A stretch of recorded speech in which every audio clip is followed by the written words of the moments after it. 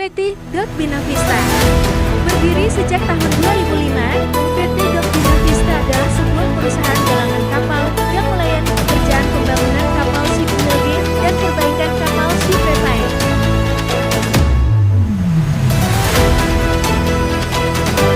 Selain memiliki area dockyard, Dot Bina Vista juga merupakan satu-satunya galangan kapal di Kalimantan Barat yang mengoperasikan floating dock.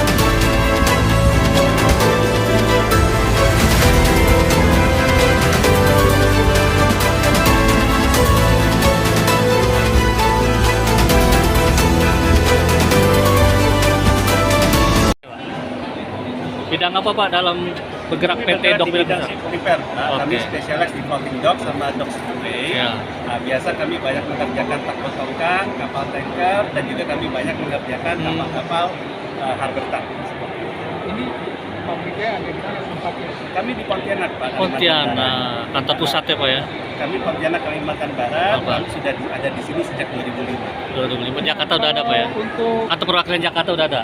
Kenapa? Kantor di Direktur Jakarta. PT Dot Bina Vista, Jakarta itu Ruandi Kusmuljadi. cabang aja. Percabang. Karena kami selain bergerak di shipyard, kami ada pelayaran juga. Pelayaran. pelayaran. Kalau pelayarannya kantornya di Jakarta, tapi kalau shipyardnya kantornya di Pontianak. Kalau Oh, untuk masalah kapal laut ini bagaimana Pak? Untuk kapal laut di Indonesia ini untuk perbaikannya sejauh ini sudah sampai semua masalah. Kalau perbaikan memang tentunya ini kembali ke masing-masing galangan. Saya rasa setiap galangan itu semua standarnya selalu di supervisi atau diawasi oleh pihak kelas. Nah, kelas itu kan ada macam-macam. Ada kalau di Indonesia biasanya kelas Biro Klasifikasi Indonesia. Nah, artinya dalam satu pengerjaan repair kapal, kelas itu mengawasi. Kalau memang sudah memenuhi standar, baru kelas memberikan approval kapal ini layak atau tidak. Sehingga dalam satu kapal, kalau kapal itu sudah memenuhi persyaratan kelas, kita sudah cukup nyaman kapal ini safety-nya terpenuhi atau tidak. Seperti itu. Nah, kalau untuk teknisinya bagaimana? Teknisi Apa biasanya kami tetap mengandalkan SDM lokal Pak di Pontianak.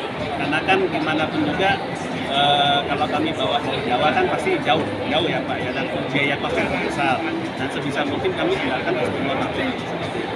Nah, tentu ini kembali lagi ke pengalaman galangan ya, karena kami sudah dari sejak 2005, otomatis nanti memenuhi kualifikasi terutama untuk kebutuhan persyaratan kelayakan kapal. berarti sudah punya standar internasional Pak? Kami memang saat ini lebih banyak repairnya untuk kapal-kapal yang bergerak di bidang domestik market, tapi pelan-pelan untuk standar internasional kami akan mengarah ke sana. Oh, berarti mau ke internasional?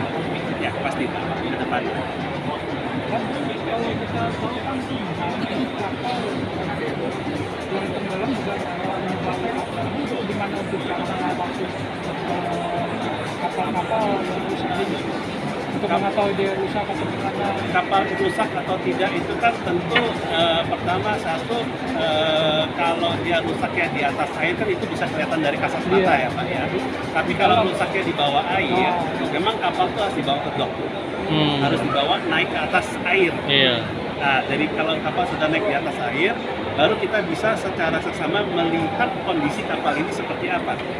Nah, dari sana kan kita bisa melihat, tentu kita juga akan memanggil pihak klasifikasi yang saya sebut tadi, Biro Klasifikasi Indonesia, di mana mereka yang akan melakukan assessment, mereka akan menilai kerusakan ini sampai di mana, dan mereka akan memberikan rekomendasi untuk perbaikannya. Nah, ini kan juga bicara masalah jarak makanya. Masalah jarak juga Pak. Jarak, ya, oke. Jadi kalau jarak dekat mungkin sempat gitu Pak. Ya. Jadi gimana nih mengatasinya supaya kita mengetahui kapal itu rusak? Jadi begini Pak, kapal itu kan biasanya ada standar, maka ini kembali lagi kepada kapal itu apakah punya kelas atau tidak. Kalau kapal itu mempunyai kelas, otomatis kapal itu pasti sudah memenuhi persyaratan layak. Nah, sehingga kecuali ada hal-hal di luar dugaan, misalnya kapal kandas atau kena cuaca buruk itu kan memang atau bencana lah ya, kita Iya. itu kan sesuatu yang force major Pak, kita nggak bisa apa-apa. Iya. Tapi di luar itu, selama kelas itu selalu maintain kelasnya, kapal itu selalu maintain kelasnya, otomatis kapal itu layak untuk berlayar. Nah, untuk masalah galangan memang kami selalu rekomendasikan kepada galangan untuk cari dok yang terdekat. Karena kan apalagi sekarang dengan kondisi harga minyak makin lama makin Iya, naik, naik. ya otomatis kita harus cari yang paling cost efektif ya Pak. Nah, untuk kapal laut ini supaya lebih baik, bagus kan kayak motor kan itu ada servisnya berapa bulan.